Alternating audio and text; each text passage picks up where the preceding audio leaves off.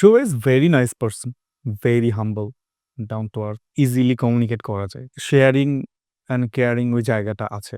উনি রিহার্সালেও দেখেছি যে শুধু নিজের রিহার্সালটাই না, কো-আর্টিস্ট কারা আছে তাদের অ্যাক্টিংটা উনি দেখতেছিল, কমিউনিকেট করছিল। আমাদের সাথে এসে কথা বলছিল। সো অ্যাজ এ পারসন হিসেবে হি ইজ ভেরি নাইস। এই নাইস পার্সোনালিটিটা আমার কাছে মনে হয়েছে যে আ মানে আমাকে টাচ করেছে। আপনি তো ছোট পর্দায় কাজ করতেন একটা সময় টিভিতে, অফিসে যেভাবে করলেন। এখন যেহেতু সিনেমাতে কাজ করতে শুরু করেছে, তাহলে কি আপনি ছোট পর্দার কাজ কমিয়ে দিবেন বা এমন কিছু? না, আমি সব করব। আমার being honest আমার কাছে আমার ক্যারিয়ারের এই সময়টা শেখার।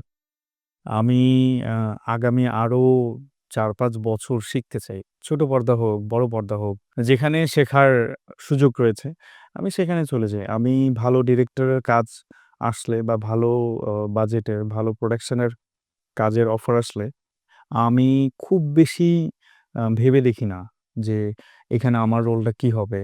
আমি কতটুকু অ্যাপিয়ারেন্স বা আমার ফিন্যান্সিয়াল জায়গায় আমি কতটুকু বেনিফিট হবো? এত কিছু আসলে আমার মনে হয় আমার এখন দেখার সময় না। আমি দেখিও না।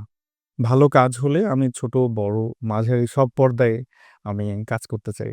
আমার কাছে স্ট্রাগলিং জিনিসটা আ এনজয়।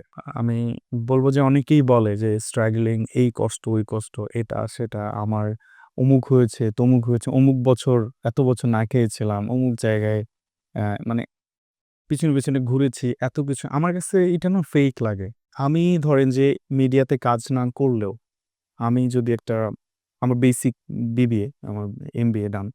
আমি যদি একটা ব্যাংকেও জব নেই, তো আমার জবের ইন্টার্ন থেকে শুরু করে এমডি হওয়া পর্যন্ত আমার তো একটা জার্নি আছে। Of course. আমাকে তো ডে বাই ডে প্রমোশন নিয়ে নিউ জায়গায় যেতে হবে। হুম। তো আমি যদি এটাকে প্রফেশনই ধরি, আমরা তো প্রফেশনালি অ্যাক্টর আমরা বলে দেই। তো প্রফেশনাল জায়গায় আমি তো এটা তো আমার এই টাইপের এই পিরিয়ড।